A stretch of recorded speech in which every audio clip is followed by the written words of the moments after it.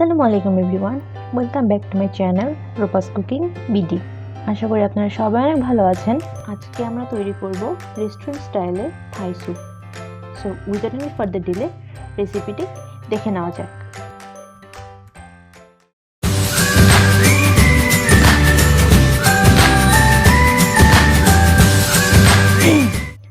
ফার্স্টে আপনাদের দেখিয়ে দিব আমি যে সকল ইনগ্রেডিয়েন্টসগুলো ইউজ করব।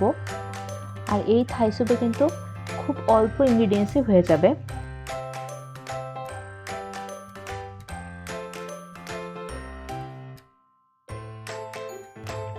প্রথমে আমি নিয়ে নেব 10 কাপ পানি,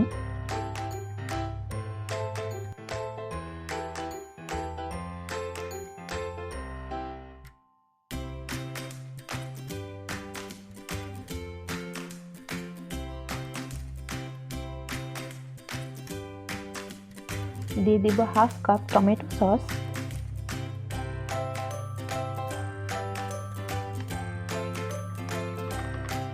চারটা হাঁসের ডিমের কুসুম। আমি কুসুমটা ডিরেক্ট দিয়ে দেব না, আমি ভালো মতো ফেটিয়ে নিয়ে তারপর অ্যাড করব।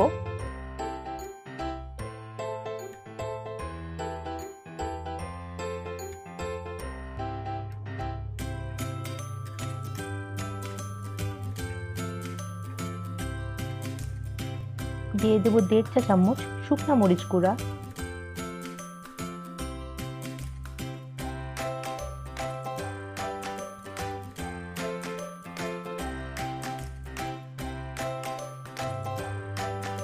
একটা ম্যাগি চিকেন স্টক কিউব, আপনারা এটা যে কোনো গ্রোসারি শপেই পেয়ে যাবেন।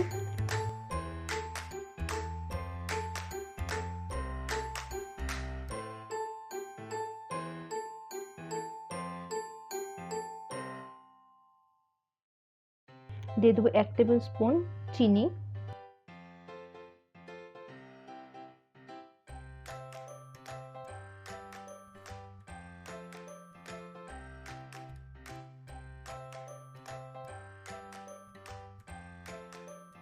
আর দিয়ে দেবো হাফ টি স্পুন টেস্টিং সল্ট।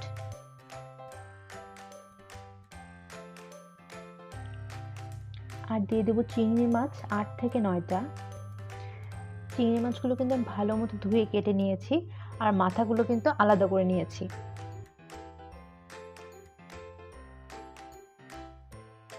দিয়ে দেবো হাফ কাপ চিকেন কিউব, চিকেনগুলো আমি কিউব করে কেটে ধুয়ে নিয়েছি।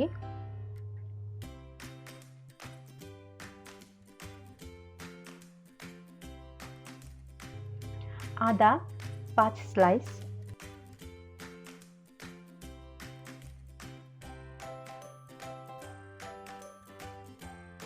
ছোট্ট একটা আদার টুকরো পড়েছিল সেটাও দিয়ে দিলাম, ওটা কেন বাদ যাবে।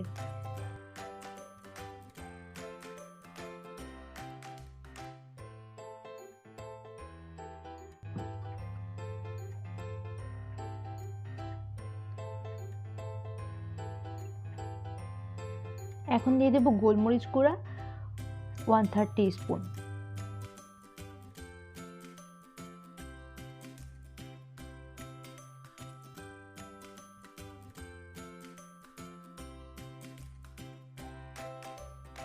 আর এই পর্যায়ে কিন্তু চুলাটা একদম অফ থাকবে।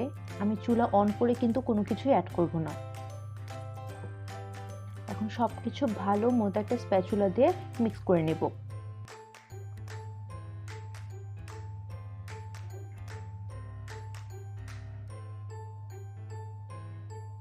স্ক্রিনে কিন্তু দেখতেই পাচ্ছেন যে স্যুপটা হওয়ার আগে কিন্তু একদম অনেক সুন্দর একটা কালার চলে এসেছে। না জানি রান্নার পর কীরকম হবে। এখন দিয়ে দেবো স্বাদ মতো লবণ ও চুলাটা মিডিয়াম হিটে জ্বালিয়ে দিব।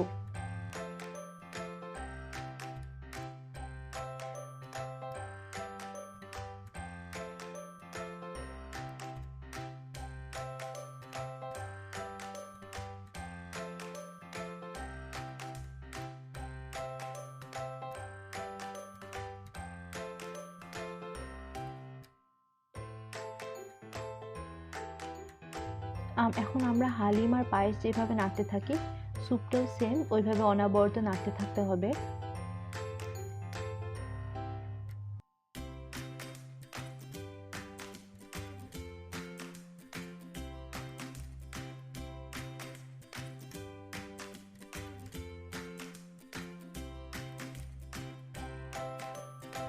আচ্ছা, একটা কথা আপনারা কমেন্ট করে জানাবেন, হালিম আর পায়েসের না হয় জানলাম যে অনবরত না নাড়লে দলা পেকে যায় বা সর বেঁধে যায়, স্যুপটা অনবরত নাড়ার কোনো মানে হয়? এটা তো একদম লিকুইড, একদম পানি, এটা নাড়ার মানে কিভাবে? এখন দিয়ে দিব 3 টিস্পুন পানির সাথে, পানিটা কিন্তু নর্মাল থাকবে, বেশি ঠান্ডাও না বেশি গরম না। 3 টিস্পুন পানির সাথে 2 টেবিল স্পুন কর্নফ্লাওয়ার।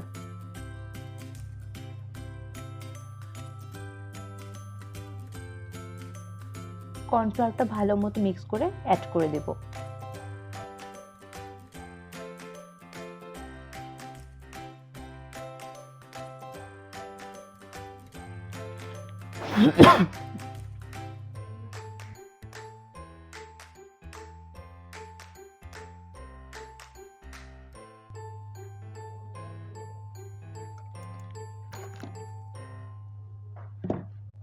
আবারও সেম, অনবরত নাড়তেই হবে, নাড়তেই হবে, নাড়তেই হবে। আপনাদের নিজের হাত ব্যথা করলে বাসায় আরও কেউ থাকলে তাদেরকে লাগাই দিবেন যে নাড়তে থাকো।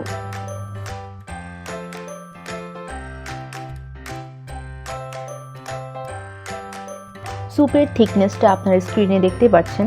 আমি স্যুপের থিকনেসটা পার্সোনালি খুব বেশি ঘন পছন্দ করি না, মিডিয়ামে রাখি। আর আপনারা কীরকম থিকনেস পছন্দ করেন সেই অনুযায়ী স্যুপটা জাল করে নেবেন।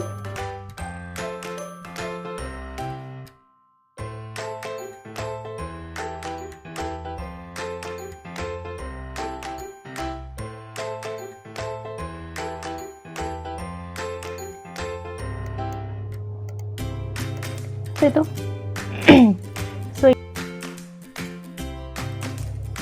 সো এই তো ফাইনালি স্যুপটা হয়ে গেল। আমি এখন একটা বাটিতে সার্ভ করে নিচ্ছি।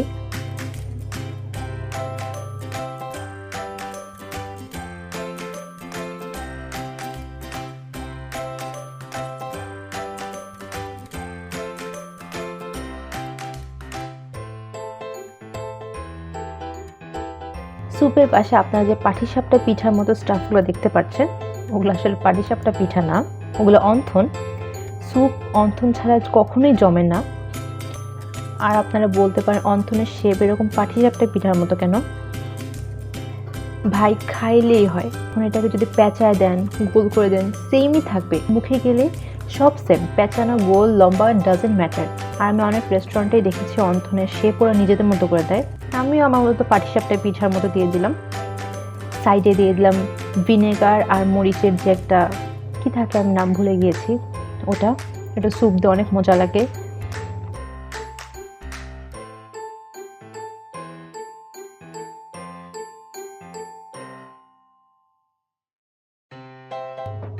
সো এই তো আমার আজকের রেসিপি ডান। আশা করি আমার রেসিপিটা আপনাদের সবার ভালো লেগেছে। রেসিপিটি ভালো লেগে থাকলে please like, comment, share and subscribe করবেন। আরও নতুন নতুন ভিডিও পাওয়ার জন্য পাশে থাকা বেল আইকনটিতে প্রেস করবেন। টিল দেন, আল্লাহ হাফেজ।